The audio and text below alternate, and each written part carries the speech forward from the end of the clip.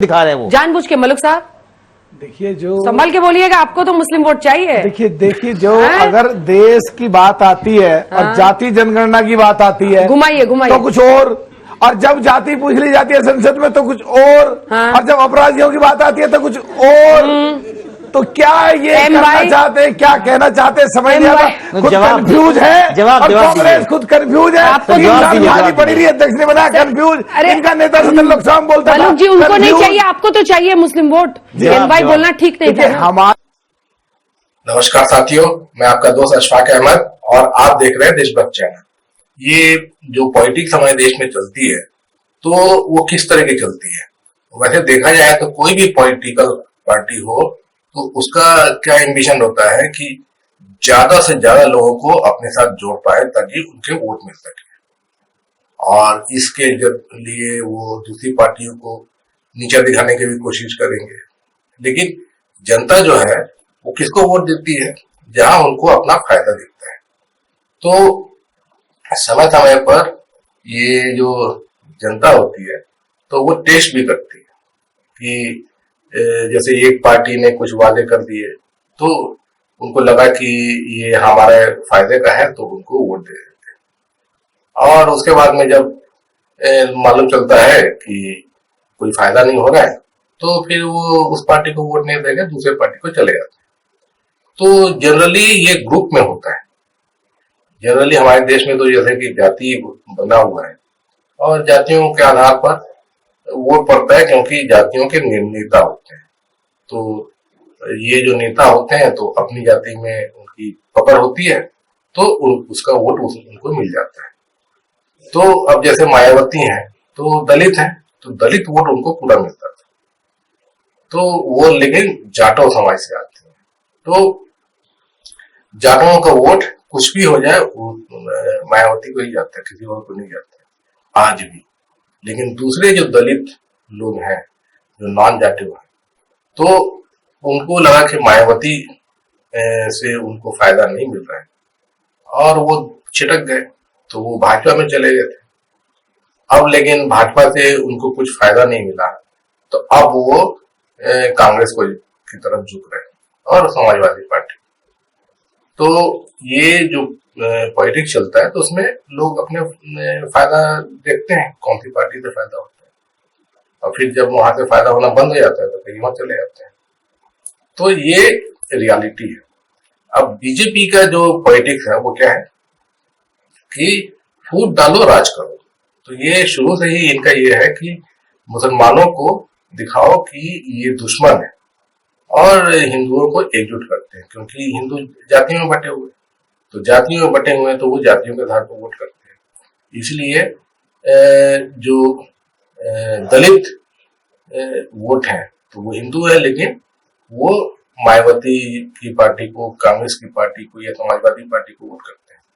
उसी तरीके से जो ओबीसी थे वो बीजेपी को वोट नहीं करते थे, वो समाजवादी पार्टी को वोट करते थे। यूपी में, बिहार में आरजेडी को वोट करते थे या फिर जेडीयू को वोट करते थे। तो इस तरह से वोटिंग होता है हमारे देश।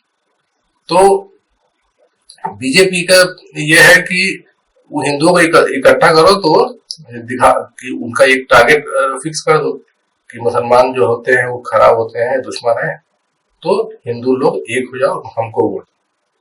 तो इस बात पर हिंदू लोग नहीं आते हैं आज भी। और बीजेपी को वोट कैसे मिल गया था ओबीसी का खास करके, तो वो मोदी जी जो आए थे 2014 में कि मैं गरीब चाय वाला का बेटा हूँ, ओबीसी हूँ, तो ये बोल के आखिर मैं गरीबों का दर्द समझता हूँ, तो ओबीसी वाले उनको अपने नेता मान लिए और झोली भर भर के वोट दिए। अब जैसे यूपी में समाजवादी पार्टी से छिटक गए, समाजवादी पार्टी में सिर्फ मुस्लिम और यादव बचे और बाकी जो ओबीसी थे वो मोदी जी के पीछे आ गए, भाजपा को वोट देने लगे।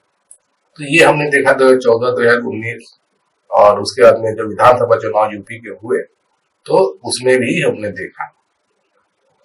अब लेकिन क्या हो रहा है, तो मोदी जी 10 साल से राज कर रहे हैं तो मोदी से अब फायदा नहीं दिखता है जनता को।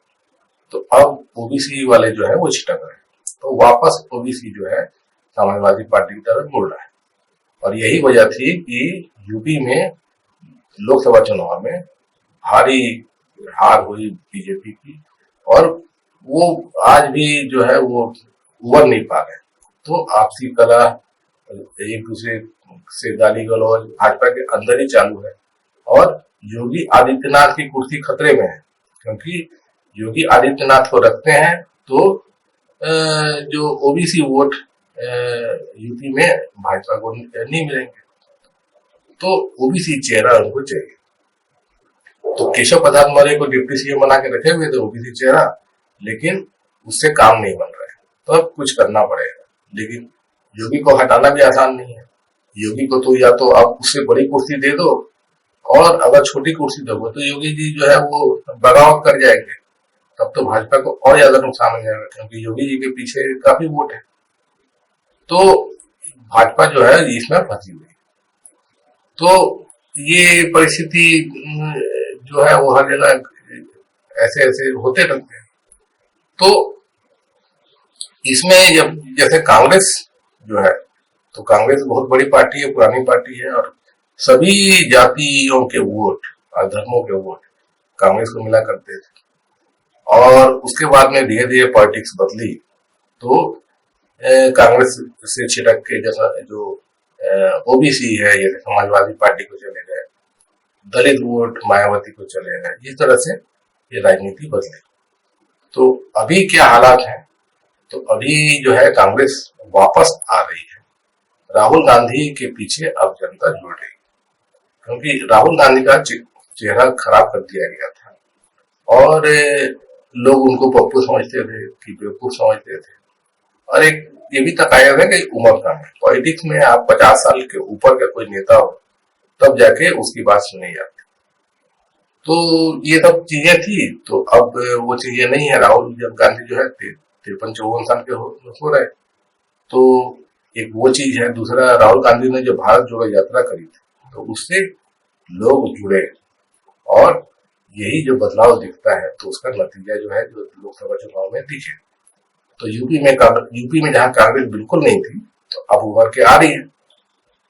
तो दलित वोट खास करके अब कांग्रेस को आ रहे हैं, और दलित वोट मतलब बाकी प्रदेश है, जैसे कि मध्य प्रदेश, छत्तीसगढ़ या राजस्थान या साउथ की जो ये है, कर्नाटक है या तेलंगाना है, तो दलित वोट जो है वो कांग्रेस में बहुत मजबूती से आ रहे हैं, और कांग्रेस का परफॉर्मेंस अच्छा हो गया।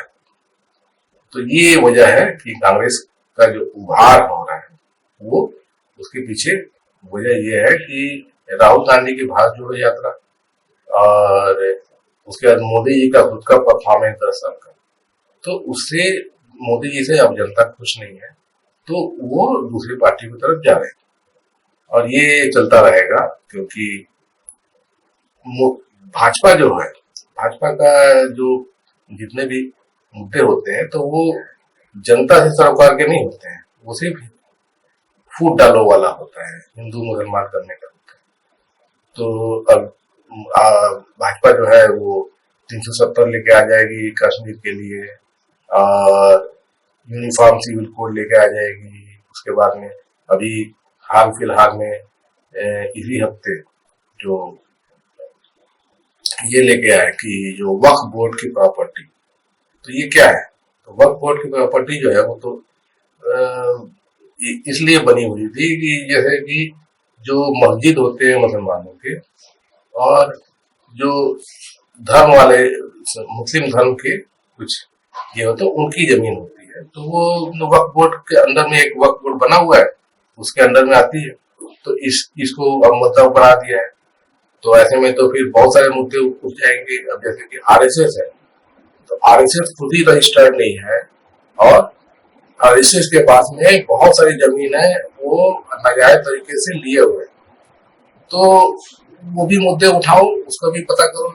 और ये क्या मस्जिद तोड़ देंगे ये वक्फ बोर्ड की जमीन के लिए?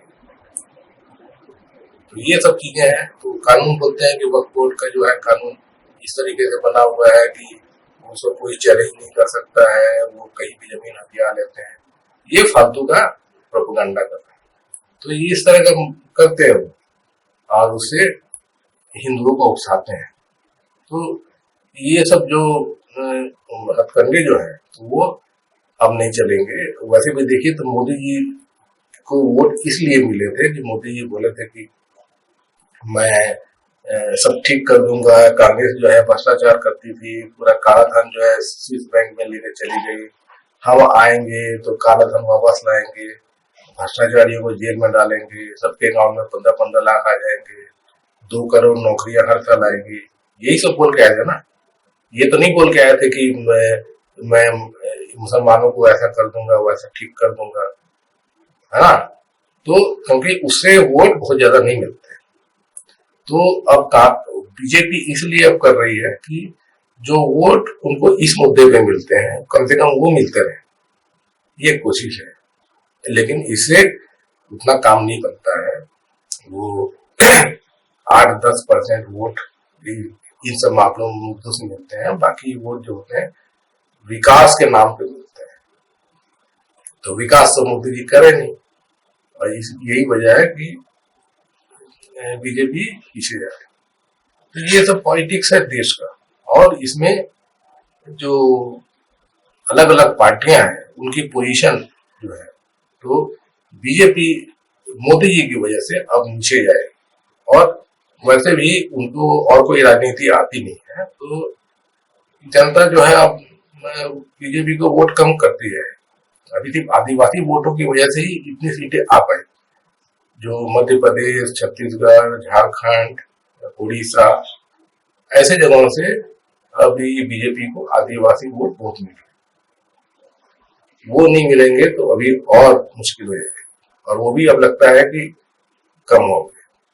तो ये जो पॉलिटिक्स चल रही है, तो इसमें अभी तक 4 राज्यों में चुनाव है, हर जगह भाजपा बुरी तरह हारने वाली है। झारखंड हो गया, हरियाणा हो गया, महाराष्ट्र हो गया, जम्मू कश्मीर हो गया, हर जगह बहुत बुरी तरह हारेगी, क्योंकि विकास की बात नहीं करते हैं, जनता विकास चाहती है।